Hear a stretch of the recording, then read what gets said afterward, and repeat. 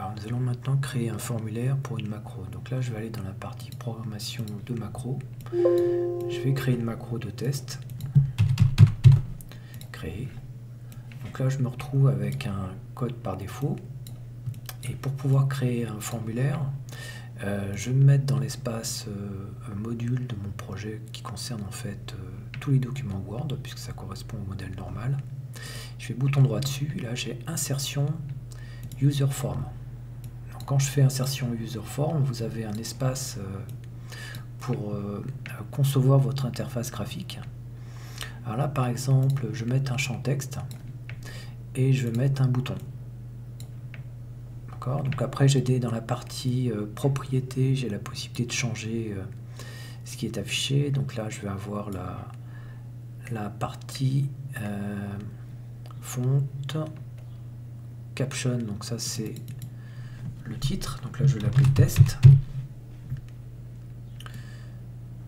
Voilà. Alors une fois que j'ai fait ça, pour pouvoir associer un code à l'usage de mon bouton, il faut double-cliquer sur le bouton.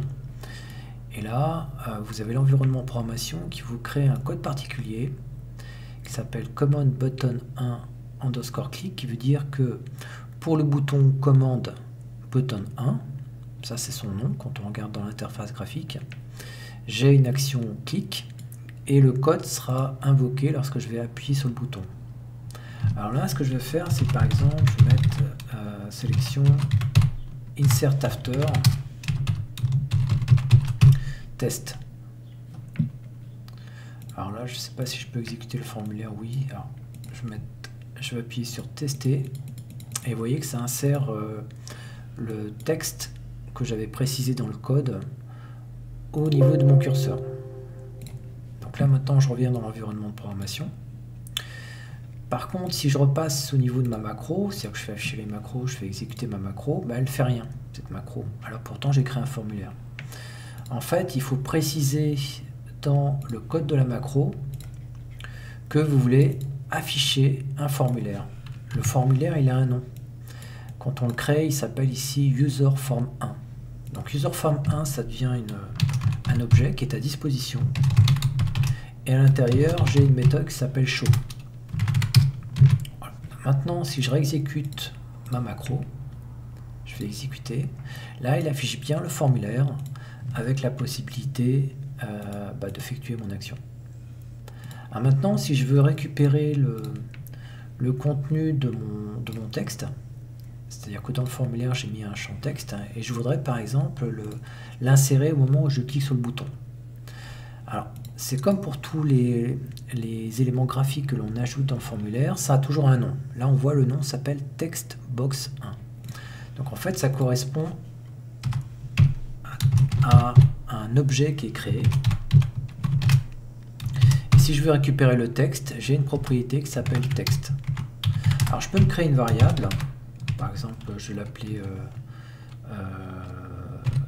t. Et je vais mettre que t est égal au contenu de mon champ texte. Ensuite, si je veux l'insérer, je vais faire simplement insert after t. Donc là, je vais sauvegarder. Je vais exécuter ma macro. Et je mets mon texte. Alors, hello world. Et maintenant, quand j'appuie sur test, vous voyez que ça affiche bien, ça insère bien le texte qui a été saisi dans le champ. Donc j'utilise bien le contenu de mon champ.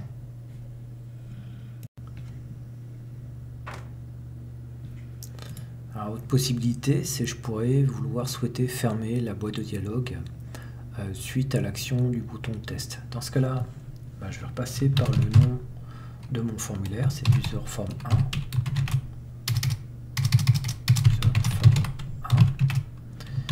Et dedans, j'ai une méthode hide. Là, si je réexécute mon code et que je fais bonjour, ça insère bien le texte, mais ça me supprime ma boîte de dialogue. Alors si je veux avoir plusieurs boîtes de dialogue, c'est tout à fait possible, je fais toujours dans la partie feuille, je fais insertion userForm, et là je vais mettre, je sais pas, un texte quelconque. Là je vais à la partie de mon text caption Hello World. Donc ça c'est mon deuxième formulaire, ça s'appelle User Form 2. Là l'idée c'est que je souhaite afficher mon deuxième formulaire lorsque je vais appuyer sur le bouton. Donc là je vais avoir User Form 2 et je fais un show. Donc là l'exécution, je reviens sur la partie macro, je fais exécuter ma macro. Bye bye.